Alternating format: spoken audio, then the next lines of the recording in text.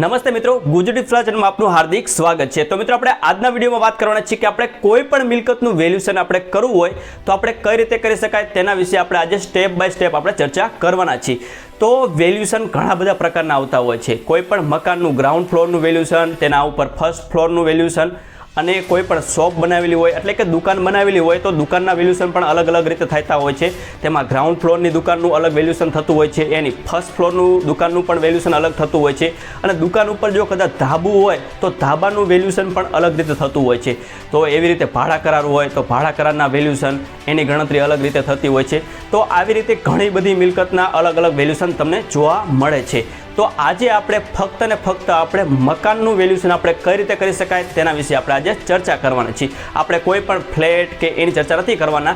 આપણે ફક્ત આજે જે જમીન ઉપર જે મકાન બનાવવામાં આવ્યું હોય તેમાં ગ્રાઉન્ડ ફ્લોરનું બાંધકામ અને આપણે ફર્સ્ટ ફ્લોરનું બાંધકામ તે બંનેનું વેલ્યુએશન આપણે કઈ રીતે કાઢી શકાય તે આપણે જોવાના છીએ। તો મિત્રો આ વિડીયો પૂરેપૂરો જોવાની કોશિશ કરજો જેથી કરીને મિત્રો તમને કંઈ પણ માહિતી તમને છૂટી ન જાય। તો ચલો મિત્રો આપણે વિડીયોને આપણે સ્ટાર્ટ કરીએ। તો ચલો મિત્રો આપણે કોમ્પ્યુટરની સ્ક્રીન ઉપર આપણે આવતા રહીએ છીએ। આ જે તમને કોમ્પ્યુટરમાં તમને દેખાય છે એક એક્સેલ ફાઇલ છે, તેમાં તમારે જમીનની કિંમત અહીં તમને ઓટોમેટિક આવી જશે, બજાર કિંમત આવી જશે અને ઘસારો પણ તમને તમે જે આંકડા નાખશો એ પ્રમાણે તમને ઘસારો મળી જશે અને એ ટોટલ રકમ સહિત તમને બજાર કિંમત કેટલી થાય તેનું વેલ્યુએશન કેટલું થાય તે અહીં મિત્રો ઓટોમેટિક આવી જશે અને તેના ઉપર તમારે કેટલા સ્ટેમ્પ ડ્યુટી તમારે વાપરવી પડે તે પણ તમને અહીં બતાવી દેશે। જો મિત્રો તમારે આ એક્સેલ ફાઇલ તમારે લેવી હોય તો મારી ટેલિગ્રામમાં તમે જોઈન થઈ જજો। હું ટેલિગ્રામમાં આ એક્સેલ ફાઇલને હું મૂકી દઈશ અને તેને 2023માં જે પરિપત્ર નવો આવ્યો એ પણ તમને હું સાથે સાથે તમને એ મૂકી દઈશ કે એ પરિપત્રના આધારે તમારે બાંધકામના ભાવ શું લેવા, જંત્રીના ભાવ શું લેવા એ તમને ખ્યાલ આવી જશે। તો આજે હું તમને બે ઉદાહરણ તમને સમજાવવાનો છું। એમાં એક ઉદાહરણ તમને આપેલું છે ઉપર અહીં પ્લોટનો એરિયા તમને આપેલો છે 70 અને તેનું ગ્રાઉન્ડ ફ્લોરનું બાંધકામ આપેલું છે 40। આ ફક્ત ગ્રાઉન્ડ ફ્લોરનું બાંધકામનું ઉદાહરણ છે અને બીજું ઉદાહરણ આપણે જોવાના છીએ કે પ્લોટ ચોરસ મીટર 80 આપેલા છે, એમાં ગ્રાઉન્ડ ફ્લોર અને ફર્સ્ટ ફ્લોર આ જે બે માળનું મકાન હોય ગ્રાઉન્ડ ફ્લોર અને ફર્સ્ટ ફ્લોર એનું ઉદાહરણ આપણે સમજવાના છીએ। તો સૌથી પહેલા આપણે સમજી લઈએ આ ઉપર આપેલું છે એ 70 ચોરસ મીટર। તો મિત્રો તમારે 70 ચોરસ મીટર તમારે કેવી રીતે નાખવાના રહેશે? અહીં મિત્રો તમારે 70 ચોરસ મીટર આ જમીનની જે આપણે જમીનની કિંમત સૌથી પહેલા આપણે જોઈશું કે જમીનનો એરિયો કેટલો છે તો એના આપણે જંત્રી ભાવ તમારા એ એરિયામાં કેટલા આવતા હોય એ સૌથી પહેલા તમને જોઈ લેવાના રહેશે અને એ જંત્રી ભાવમાં તમને કદાચ ન ખબર પડતી હોય તો તમારે સબ રજિસ્ટ્રાર ઓફિસમાં જઈને આ જે જંત્રી ભાવ આના જે સર્વે નંબરો લાગુ પડતો હોય તમારે જે પ્લોટનો એ પ્લોટના આધારે તમારે જંત્રી ભાવ જોઈ લેવાના રહેશે। તો હું અત્યારે 2300 રૂપિયા જંત્રી ભાવ અહીં નાખી દઉં છું આ પ્લોટના એરિયા મુજબ। તો મિત્રો તમને અહીં જમીનની કિંમત અહીં આવી જાય છે 1,61,000 રૂપિયા। અહીંયા આપણે બાંધકામ કિંમત આપણે કેવી રીતે નાખવાની રહેશે એ આપણે જોવાના છીએ। તો બાંધકામ કિંમત તમારે કઈ રીતે ગણતરી કરવાની રહેશે? તો અહીં મિત્રો તમને બાંધકામના ચોરસ મીટર આપેલા છે। આ પ્લોટનો ચોરસ મીટર છે, પ્લોટ ઉપર તમારે 40 મીટરનું બાંધકામ કરેલું છે એવું બતાવે છે। તો મિત્રો તમારે અહીં 40 મીટરનું બાંધકામ તમારે નાખી દેવાનું રહેશે। તો અહીં બાંધકામના ભાવ તમારે શું લેવા એ પણ તમને હું સમજાવી દઉં। તો બાંધકામમાં અલગ અલગ રીતે તમને આવે છે। તો મિત્રો મેં અહીં જંત્રીની 2023માં જે વધારો થયો 13/4/2023ના રોજ એ જંત્રીની પીડીએફ તમને અહીં એ પણ હું ટેલિગ્રામમાં તમને મૂકી દઈશ। તો તેના આધારે આપણે જોવાના છીએ કે એમાં આપણે શું ભાવ લેવા। એમાં સિટીના ભાવ અને ગ્રામ્યના ભાવ અલગ અલગ જોવા મળે છે। તો અહીં આપેલા છે બાંધકામના ભાવ, તો બાંધકામ મુજબ તમારે લેવાના રહેશે। તો અહીં તમને 3 પ્રકારના તમને જોવા મળશે જે મકાન માટે RCC frame structure, load bearing structure અને સેમી પક્કા સ્ટ્રક્ચર આ 3 ભાગ તમને જોવા મળશે। આપણે ઔદ્યોગિકને આપણે ધ્યાનમાં અત્યારે લેવાનું નથી। તો એમાં તમને બે જોવા મળશે, શહેરી વિસ્તાર અને ગ્રામ્ય વિસ્તાર। તો મિત્રો તમારે જો આરસીસી ફ્રેમ એટલે કેવું ધાબાવાળું અને પાકું મકાન હોય આરસીસી વાળું તો મિત્રો તમારે શહેરી વિસ્તારમાં 14,850 તમારે ભાવ લેવાના રહેશે। તો મિત્રો અત્યારે તો આ પાકું મકાન છે તો હું અહીં 14,850 ભાવ લઈ લઉં છું। જેવું તમે અહીંયા કણે 14,850 નાખશો એટલે મિત્રો તમને અહીંયા આવી જશે 5,94,000 એ તમારે બાંધકામની કિંમત તમને અહીં બતાવી દેશે। ત્યારબાદ તમને આવે છે અહીં ગ્રામ્ય વિસ્તારનું। જો મિત્રો તમારે ગ્રામ્ય વિસ્તારનું પાકું મકાન આરસીસી ફ્રેમ વાળું હોય તો મિત્રો તમારે 13,650 રૂપિયા ભાવ તમારે લેવાના રહેશે। અને લોડ બેરિંગ, તો લોડ બેરિંગ એટલે કેવા પ્રકારનું મકાન? તમારું મકાન કદાચ નળિયાવાળું હોય તો એ તમારે લોડ બેરિંગમાં લેવાનું રહેશે। અને સેમી પક્કા આવે છે છેલ્લું। તો સેમી પક્કા એટલે કેવા પ્રકારનું મકાન? જે તમારું કાચું મકાન હોય, ગારા પાણી જે ગારા પાણી વાળું બનેલું હોય, હાવ કાચું જર્જરિત હાલતમાં હોય એવું મકાન હોય તો તમે મિત્રો સેમી પક્કામાં પણ લઈ શકો છો. તો એના ભાવ તમારે સિટીમાં આ લેવાના રહેશે 9,450 અને ગ્રામ્ય વિસ્તારમાં 8,850. તો મિત્રો તમને આ બંને રીતે તમને આપેલા છે. તો મિત્રો તમારે આ 3 પ્રકારે લેવાના રહેશે. જો મિત્રો તમારું મકાન આરસીસી વાળું હોય તો તમારે સૌથી ઉપરના ભાવ જ તમારે લેવાના રહેશે, જેથી કરીને તમે સબ રજિસ્ટ્રારમાં તમે દસ્તાવેજ રજૂ કરો તો મિત્રો તમારે ખૂટતી આવવાની સંભાવના ઘટી જશે. તો ચલો મિત્રો, આપણે અહીં ભાવ લઈ લીધા છે. બાંધકામ આપણે 40 મીટર નાખી દીધું છે. અને જો મિત્રો તમારો જે મકાન બનાવેલું હોય તેની અગાઉ તમારે પ્લાન પાસ મૂકવો પડે છે. એટલે કે તમારું બાંધકામનો પ્લાન પાસ કઈ સાલનો છે એ તમારે જોવાનું રહેશે. એમાં રજા ચિઠ્ઠી કઈ તારીખની છે, તો તમને બાંધકામ વર્ષ એટલે કે તમે ધારો કે 2002માં બાંધકામ બનાવેલું હોય તો મિત્રો તમને 2002 થી લઈને તમને અત્યાર સુધીનો તમને ઘસારો તમને મળવાપાત્ર થશે. તો તમને ઘસારો કેટલો મળવાપાત્ર થશે એની ગણતરી આપણે કઈ રીતે કરવાની રહેશે તે આપણે જોવાના રહેશે. તો મિત્રો આ મકાન આપણે ધારીએ કે 2015માં આપણે આ મકાન બનેલું છે, તેનો પ્લાન પાસ પણ 2015માં થયો છે અને આપણે મકાન પણ આપણે 2015માં બનાવેલું છે. તો મિત્રો આપણે બાંધકામ 2015 થી આપણે અત્યાર સુધીની ગણતરી કરશું તો આપણે કેવી રીતે ગણતરી કરવાની છે? 2025 માંથી 2015 બાદ કરીએ તો આપણે 10 વર્ષનો આપણે ઘસારો મળવાપાત્ર થશે. તો 10 વર્ષનો આપણે ઘસારો કેવી રીતે બાદ કરશું? કેમ કે પ્રતિ વર્ષે આપણને 1.2% આપણે ઘસારો બાદ મળવાપાત્ર થશે. અહીં તમને આપેલો છે. તો મિત્રો તમને વધુને વધુ કેટલા વર્ષ સુધી તમને ઘસારો મળવાપાત્ર થશે? 50 વર્ષ સુધી તમને વધારે મળવાપાત્ર થશે. 50 વર્ષ એટલે 51 વર્ષથી ઉપર હોય તો પણ મિનિમમ તમને 60% સુધી ઘસારો મળશે. એટલે 50 વર્ષ સુધી તમે ગણતરી કરો 1.2% લેખે તો તમને 60% જ મળે ઘસારો વધારે. એટલે પ્રતિ વર્ષે તમને 1.2% સુધી તમને ઘસારો મળવાપાત્ર થશે. તો અહીં આપણે 10 વર્ષનો ઘસારો મળવાપાત્ર થશે. તો આપણે કેવી રીતે ગણતરી કરશું? અહીં આપણે કેલ્ક્યુલેશન કરી લઈશું.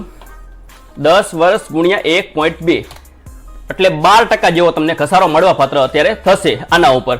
તો આપણે બાંધકામની કિંમત ઉપર આપણે ઘસારો બાદ કરવાનો છે. તો કેવી રીતે કરશું? 12% આપણે 5,94,000. અહીં તમને આપેલું છે બાંધકામ 5,94,000.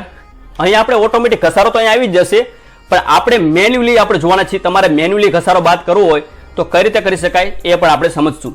તો ગુણ્યા 12/100. તો મિત્રો તમને અહીં ઘસારો આવી ગયો છે 71,280 તમને બાદ મળશે. અહીં તમને જો આપેલો છે ઓટોમેટિક 71,280. પણ મેન્યુઅલી કેવી રીતે ગણતરી કરી શકાય એ પણ મેં તમને સમજાવી દીધું છે. જેટલા વર્ષ થતા હોય એને આપણે 1.2% વડે આપણે ગુણી નાખવાનું રહેશે. એટલા તમને ટકા તમને ઘસારો મળવાપાત્ર થશે.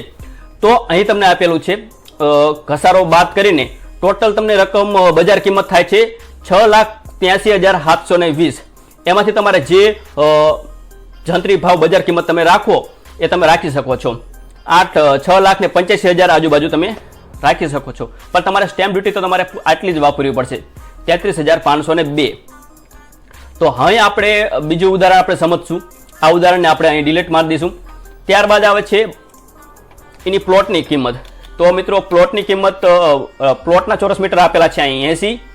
તેનો આપણે ભાવ અહીં આપણે લઈશું આપણે 3500 રૂપિયા.